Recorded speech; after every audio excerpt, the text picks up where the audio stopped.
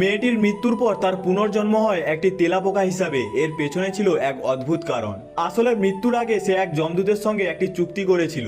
শর্ত ছিল খুবই স্পষ্ট, সে 7বার 7টি ভিন্ন প্রাণীর রূপে জন্ম নেবে, আর যদি প্রতিবারই তার মা তাকে চিনে ফেলতে পারেন তাহলে শেষ পর্যন্ত সে আবার মানুষ হওয়ার সুযোগ পাবে। প্রথম জন্মে সে একটি তেলাপোকা হয়ে ফিরে আসে। সে উড়ে উড়ে নিজের কাঁদতে থাকা মায়ের কাছে যায়, মাকে সান্ত্বনা দিতে চায়। তার মনে হচ্ছিল এত ছোট্ট একটি তেলাপোকাকে তার মা কিভাবে চিনবেন, কিন্তু পরের মুহূর্তেই অবিশ্বাস্য কিছু ঘটে। তার মা তাকে চিনে ফেলেন, কারণ মৃত্যুর আগে মেয়েটি মজা করে বলেছিল পরের জন্মে আমি তেলাপোকা হয়ে জন্মাবো। তখন তার মা হেসে বলেছিলেন, তুই যাই হ, আমি তোকে ঠিকই চিনে নেব।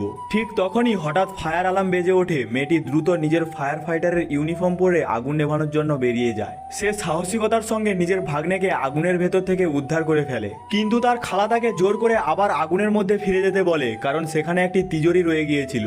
খালার কথা ছিল তিজোরি না আনতে পারলে ক্ষতির টাকা তাকেই দিতে হবে। বাধ্য হয়ে মেয়েটি আবার আগুনের ভেতরে প্রবেশ করে, কিন্তু এবার ঘটে ভয়াবহ দুর্ঘটনা। একটি প্রচন্ড বিস্ফোরণ হয়, আর সেই বিস্ফোরণেই সে নিজের প্রাণ হারায়। নিজের চোখের সামনে এই দৃশ্য দেখে তার মা পুরোপুরি ভেঙে পড়েন। মা চেষ্টা করেন মেয়ের শেষ জন্মদিনটি পালন করার, কিন্তু ঠিক তখনই খালা আবার সেখানে এসে হাজির হয় এবং টাকা দাবি করতে শুরু করে। ঠিক সেই মুহূর্তে যমদূত উপস্থিত হয় এবং সে সময়কে থামিয়ে দেয়। মেয়েটির আত্মত্যাগে মুগ্ধ হয়ে যমদূত তাকে একটি ধনী পরিবারে পুনর্জন্ম নেওয়ার সুযোগ দেয়, কিন্তু মেয়েটি সেই প্রস্তাব ফিরিয়ে দেয়, আর সে শুধু নিজের মায়ের কাছেই থাকতে চায়। তখন তাদের মধ্যে সেই অদ্ভুত চুক্তি হয়, আর পরের মুহূর্তেই মেয়েটি একটি তেলাপোকায় রূপান্তরিত হয়ে যায়। প্রথমেই সে খালার পরিবারকে ভয় দেখিয়ে সেখান থেকে তাড়িয়ে দেয়। এরপর সে নিজের মায়ের সামনে যায়। তার মা তাকে আলতো করে হাতে তুলে নেন এবং সঙ্গে সঙ্গেই বুঝে যান এটা তারই মেয়ে। তারপর মা তাকে নিজের বাড়িতে নিয়ে আসেন এবং নিজের সন্তানের মতোই যত্ন করতে থাকেন। কিন্তু কিছুদিন পর খালার ছেলে প্রতিশোধ নেওয়ার জন্য তেলাপোকার গায়ে কীটনাশক স্প্রে করে দেয়। মা এই দৃশ্য দেখে একেবারে ভেঙে পড়েন, আর নিজের মাকে এভাবে কষ্ট পেতে দেখে মেয়েটিও ভেতর থেকে চূর্ণ বিচূর্ণ হয়ে যায়।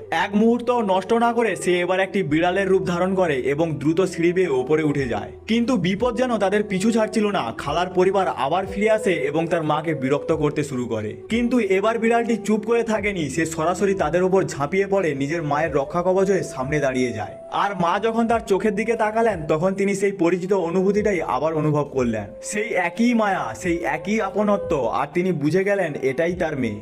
নিজের মেয়েকে রক্ষা করার জন্য মা তাকে তাড়াতাড়ি রান্নাঘরে বন্ধ করে দেন এবং একাই সবার মোকাবিলা করতে থাকেন। কিন্তু হঠাৎ তার অ্যাজমার তীব্র আক্রমণ শুরু হয়। বাইরে আটকে থাকা বিড়ালটি দরজার আঁচড় কাটতে থাকে, বারবার চেষ্টা করতে থাকে, কিন্তু কিছুই করতে পারছিল না। ঠিক তখনই তার চোখ পড়ে নিজের কবজিতে বাঁধা লাল সুতোয়, আর তার মনে পড়ে যায় যমদূতের কথা। যদি সে এই সুতো ছিঁড়ে ফেলে তাহলে কিছু সময়ের জন্য আবার মানুষ হতে পারবে, কিন্তু তার বিনিময়ে চিরতরে হারিয়ে যাবে পুনর্জন্ম নেওয়ার সুযোগ। এরপরে কি হলো এটি আমরা দেখবো নেক্সট পার্টে।